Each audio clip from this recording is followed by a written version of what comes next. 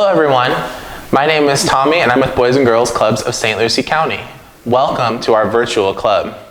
Today, before we get started with reading, I'd like to introduce our guest artist, Anne-Marie. She's behind me.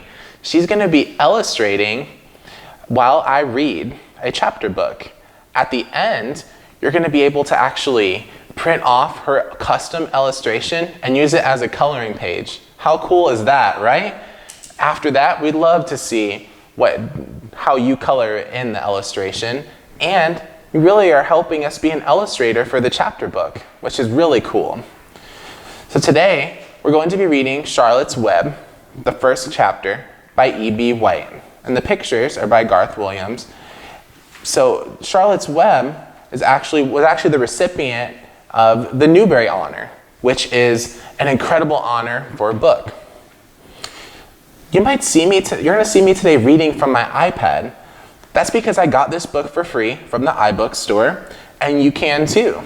Parents, if you have a tablet, you can download the app and download a number of free books for your child that they can read at home during this time.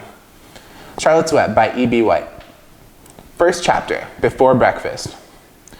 "Where's Papa going with that axe?" said Fern to her mother as they were setting the table for breakfast. "Out to the hog house," replied Miss Arabelle. "Some pigs were born last night." "Well, I don't see why he needs an axe," continued Fern, who was only 8. "Well," said her mother, "one pig's a runt. It's very small and weak, and it will never amount to anything. So your father has decided to do away with it." "Do away with it?" shrieked Fern. "You mean kill it? Just because it's smaller than the others?" Mrs. Arabelle put a pitcher of cream on the table. "Don't yell, Fern," she said. "Your father is right. The pig probably won't make it anyway." Fern pushed a chair out of the way and ran outdoors. The grass was wet and the earth smelled of springtime. Fern's sneakers were sopping by the time she caught up with her father.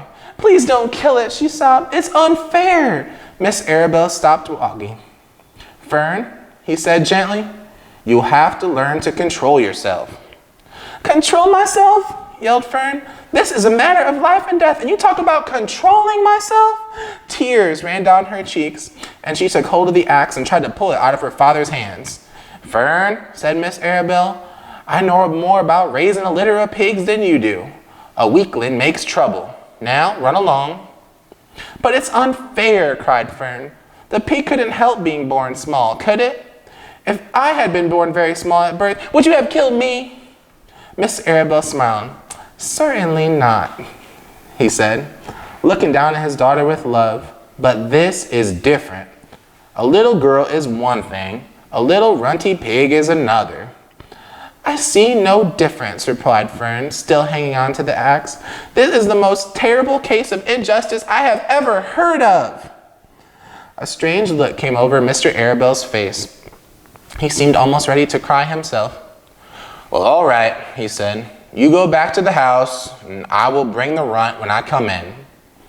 I'll let you start it on a bottle, like a baby, and then we'll see what trouble a little pig can be." When Mr. Arabelle returned to the house half an hour later, he carried a carton under his arm.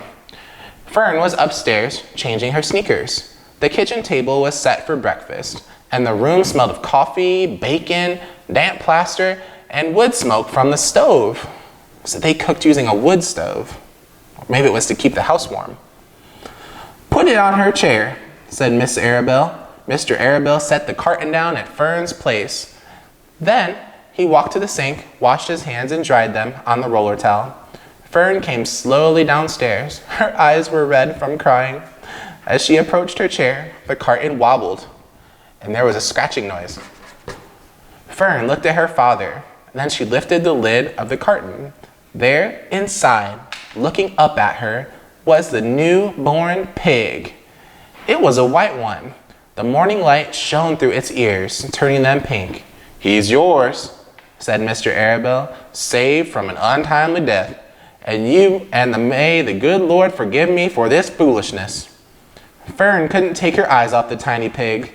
"Oh," she whispered, "oh, look at him. He's absolutely perfect." She closed the carton carefully. First, she kissed her father, then she kissed her mother. Then she opened the lid again, lifted the pig out, and held it against her cheek. At this very moment, her brother Avery came into the room. Avery was 10. "What's that?" he demanded. "What's Fern got?" "She's got a guest for breakfast," said Mrs. Arabelle. "Wash your hands and face, Avery." "Let me see it," said Avery. "You call that miserable thing a pig? That's a fine specimen of a pig. It's no bigger than a white rat." "Wash up and eat your breakfast, Avery," said his mother. "The school bus will come along in half an hour." "Can I have a pig too, Pop?" asked Avery. "Nope, I only distribute pigs to early risers," said Mr. Arabelle. "Fern was up at daylight trying to rid the world of injustice. And as a result, she has a pig. A small one to be sure, but nevertheless, a pig. It just shows what can happen if a person gets out of bed on time. Let's eat." But Fern couldn't eat until her pig had had a drink of milk. Mrs. Arabelle found a baby's nursing bottle and a rubber nipple for the bottle. She poured warm milk into the bottle, fitted it on the top, and handed it to Fern. "Give him breakfast," she said. A minute later, Fern was seated on the floor of the kitchen with her infant pig between her knees, teaching it to drink from the bottle. The pig, although tiny, had a good appetite and caught on quickly. The school bus honked from the road. "Run!" commanded Miss Arabelle, taking the pig from Fern and slipping a donut into her hand. Avery ran out the door with another donut. The children ran out to the road and climbed into the bus. Fern took notice of the others on the bus. She just sat down. She took no notice of others on the bus. She just sat down, stared out the window, thinking what a blissful world it was, and how lucky she was to have entire charge of a baby pig. By the time the bus reached school, Fern had named her pet, selecting the most beautiful name she could think of. "Its name is Wilbur," she whispered to herself. "Its name is Wilbur." She was thinking about the pig when the teacher said, "Fern, what's the capital of Pennsylvania?" "Wilbur," she said. Her pupils giggled and Fern blushed.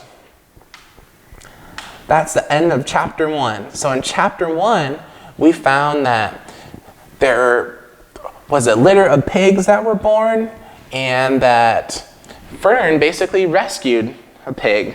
Her father didn't want to keep it. And so Fern basically said, "Please let me keep it." She's taking on a lot of responsibility. She's already having to feed Wilbur, take care of him, and know what it's like to raise her very own pig. Do you have any pets at home? How do you help with taking care of them? Are there any responsibilities that you take around the house? Think about that, and think about if there are some things that you can help with around the home that you're not doing right now. I'm sure somebody at home would be very appreciative if you took on some responsibilities, just like what she did with Wilbur. Thank you guys for tuning in. We'll be back later in the week for chapter 2.